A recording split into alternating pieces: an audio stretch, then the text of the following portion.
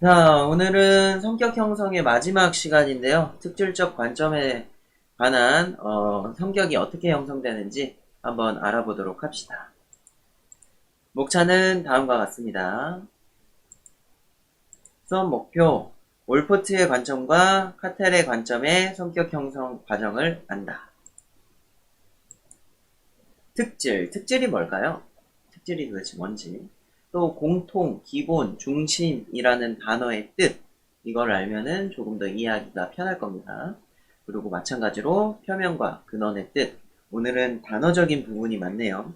이 단어들이 어떤 것을 의미하는지 한번 알아보고, 그러면서 이번 이론과 한번 연결해서 어떤 연관이 있는지 살펴보도록 하겠습니다.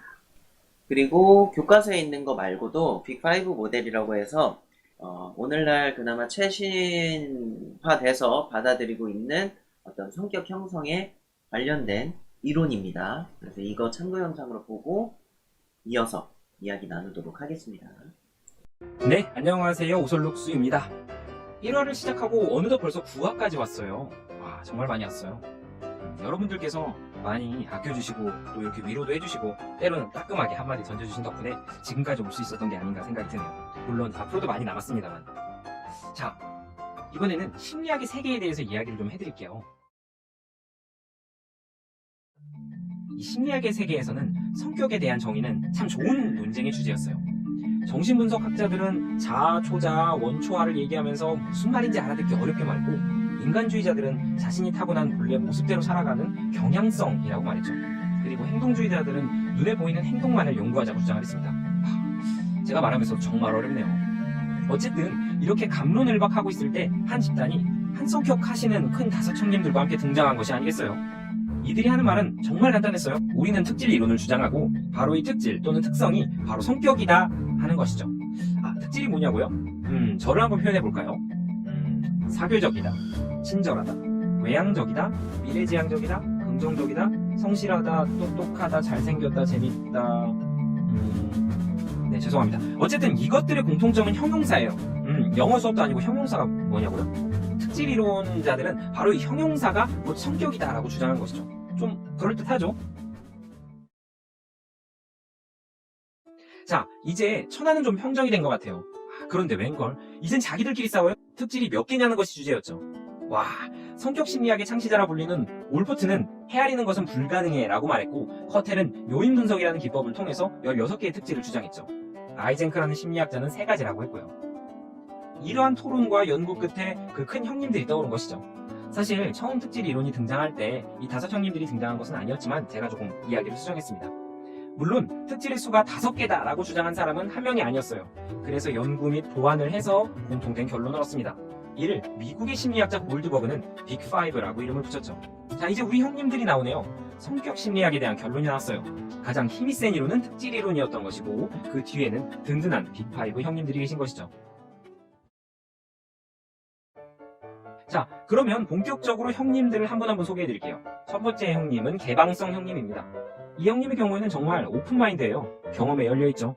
그러다 보니 이 형님이 높게 평가한 사람은 창의적이고 침착하며 상당한 문제 해결력 능력을 가지고 있죠. 둘째 형님은 성실성 형님이에요. 근면성, 양심성이라고도 되는데 이분은 성취를 위해서 노력하는 것을 말하죠. 그러다 보니까 정력적으로 몰두하고요. 철저하고 조리 있게 일을 판단하는 편입니다. 셋째 형님은 외향성입니다. 익숙하죠? 맞아요, 그 형님이에요. 이 형님은 자꾸 에너지가 밖으로 향해요. 그러니까 적극적으로 새로움을 추구하고 의욕과 자극을 좋아하죠. 넷째 형님은 우호성 또는 협조성 형님이에요.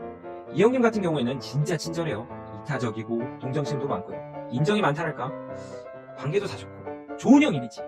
마지막 형님은 조용히 말할게요. 신경증적 경향성 형님이에요. 요즘에 개명하셔서 정서 안정척도라고 불리기도 해요. 왜 조용히 말하냐고요? 불안, 분노, 조바심, 긴장, 우울, 충동성 이런 것이거든요. 그래서 감정의 기복도 있어요. 대신에 예술성이 아주 높아요. 지금까지 성격 이론과 대표적인 5 형님에 대한 이야기를 나눴어요. 어때요? 이해가 좀 되시나요? 나는 내향적인데 그럼 나는 여기에 포함되는 게 아니잖아. 또는 내 이야기는 없는 것 같다. 이런 생각도 드실 거예요. 하지만 특질 이론은 여러분에게 익숙한 MBTI처럼 이쪽 저쪽 범주로 나누는 것이 아닌 점수화시키는 접근법입니다. 그렇기 때문에 지금의 내 성격 이것과 바로 매치시켜서는 안 된다는 사실. 자, 오늘의 요약입니다.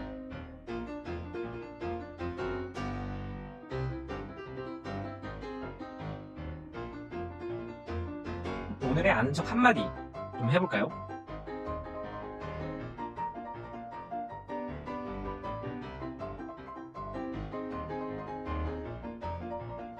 자, 그러면 마지막 성격 심리학.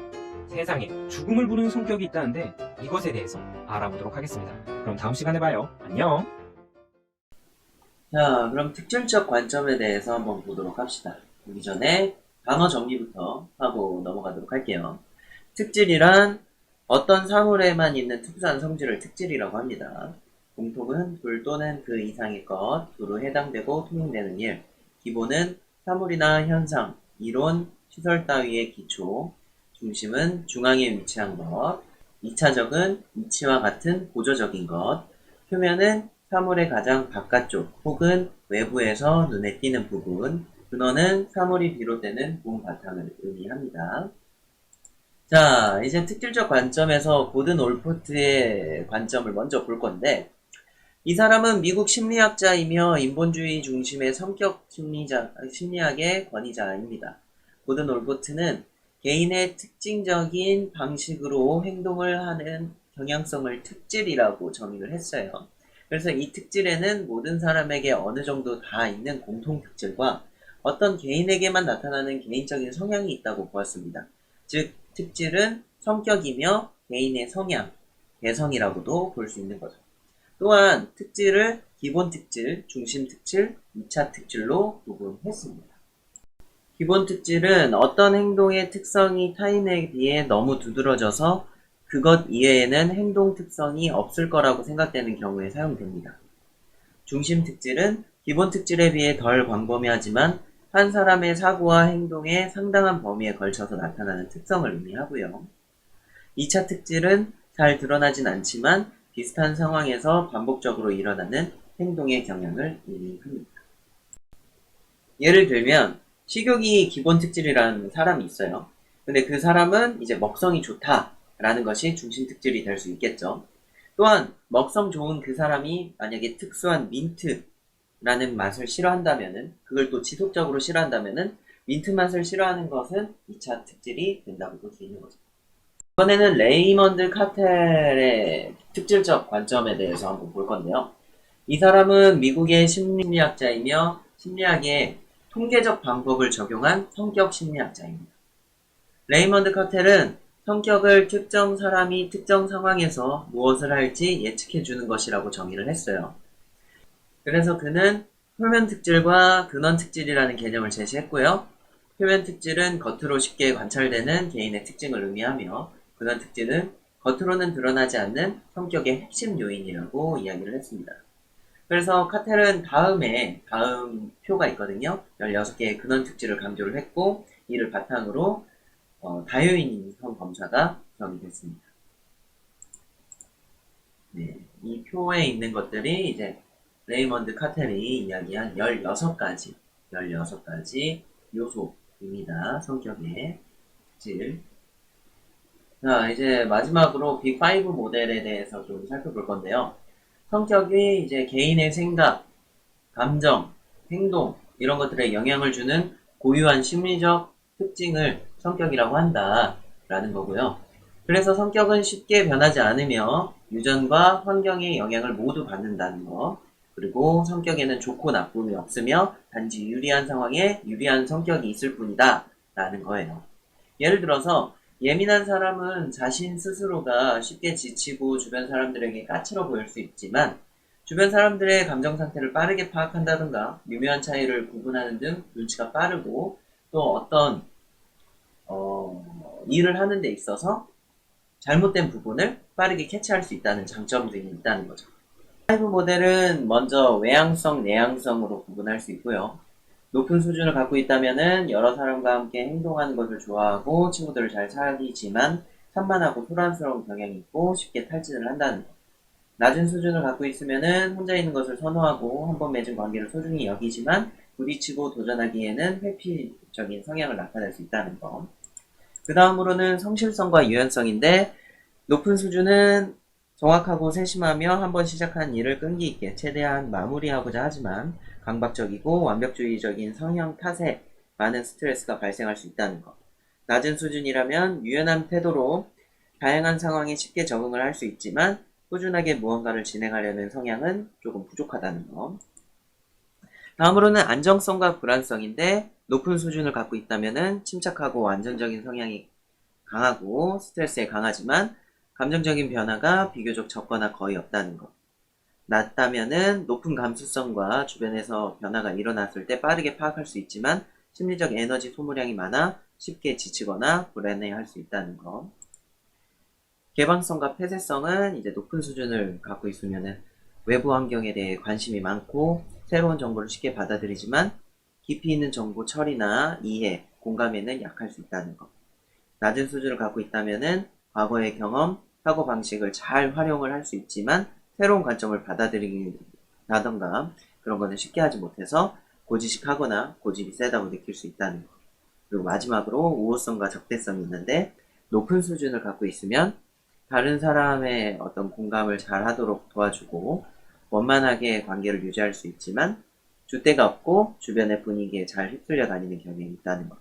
낮은 수준을 갖고 있다면은 공과 목적 달성에 중심이 되어 있고 시간 절약과 효율적인 것에 중심이 되어 있고 실리적으로 판단하는 성향이 강하지만 자기중심적인 성향을 보여 대인관계에 대해 어떤 문제가 발생할 수도 있다라는 겁니다. 이제 끝으로 이 빅5의 성격 이론이 남녀는 또 어떻게 다를까에 관련된 영상까지 보면서 정리하고 마무리하도록 하겠습니다. 우리는 남녀의 육체적 차이에 대해서는 어느 정도 이해하고 있습니다. 그러나 남녀 간의 성격적 차이에 대해서는 그렇지 않아 보입니다. 여전히 서로의 차이를 이해하지 못해 남녀 간의 갈등이 벌어지고 있기 때문이죠. 빌 코스비는 이렇게 말했습니다. 남성과 여성은 서로 다른 종에 속하며 그들 사이의 의사소통은 아직 걸음마 단계에 있다. 이번 영상에서는 빅5 성격 이론을 통해 남녀 간의 성격 차이를 알아보겠습니다. 빅5 성격 이론은 심리학에서 사람들의 성격을 가장 중요한 5가지 요소로 세분화한 것으로 이 5가지 요소에는 신경성, 우호성, 성실성, 외향성, 개방성이 있습니다. 신경성은 위험과 처벌에 대하여 부정적인 감정을 경험하는 정도를 말합니다. 대표적인 부정적 감정들로는 불안, 우울, 분노 등이 있죠. 우호성은 이타성과 관련된 특징으로 친절함, 화합, 타인에 대한 배려 등과 관련이 있습니다. 성실성은 자기수양, 충동 조절과 관련된 특성을 설명하며 목표 추구를 위해 자제력을 발휘하는 능력을 말합니다. 외향성은 사회성, 자기주장, 긍정적 감정을 반영하고 대체로 보상을 추구하는 경향과 관련이 있습니다. 개방성은 상상력, 창의력, 미적 경험의 정도를 반영하고 주로 다양한 경험을 추구하는 것과 관련이 있습니다. 논문에 의하면 남녀는 앞서 언급한 5가지 측면 중 특히 신경성, 우호성, 외향성에서 차이를 보인다고 합니다. 연구 대상들의 분포를 나타내는 그래프를 살펴보면 이러한 형태의 정규분포 그래프가 나오는데요. 여성의 우호성, 신경성, 외향성 그래프가 오른쪽에 위치해 있는 것을 보실 수 있습니다. 이는 이 3가지 측면에 있어서 여성의 특성이 무조건 남성보다 높다를 의미하는 것이 아니라 높은 경향성을 보인다는 것을 말합니다. 이러한 특성은 양극단에서 더욱 뚜렷하게 나타나는데요. 가장 큰 남녀 차이를 보인 우호성을 예로 들어보겠습니다. 우호성이 낮은 사람들은 반사회적인 특성을 가지기 때문에 범죄를 저지르고 감옥에 가는 비율이 높아집니다. 그래프의 가장 좌측을 보시면 비율상 남성이 굉장히 높은 것을 확인할 수 있는데 이는 감옥에 있는 대부분의 사람들 약 80%가 남자라는 사실과 부합합니다. 이제 남녀 성격 차이에 대해 좀 더 자세히 들여다보겠습니다. 우호성은 자기 구성과 연관이 있습니다.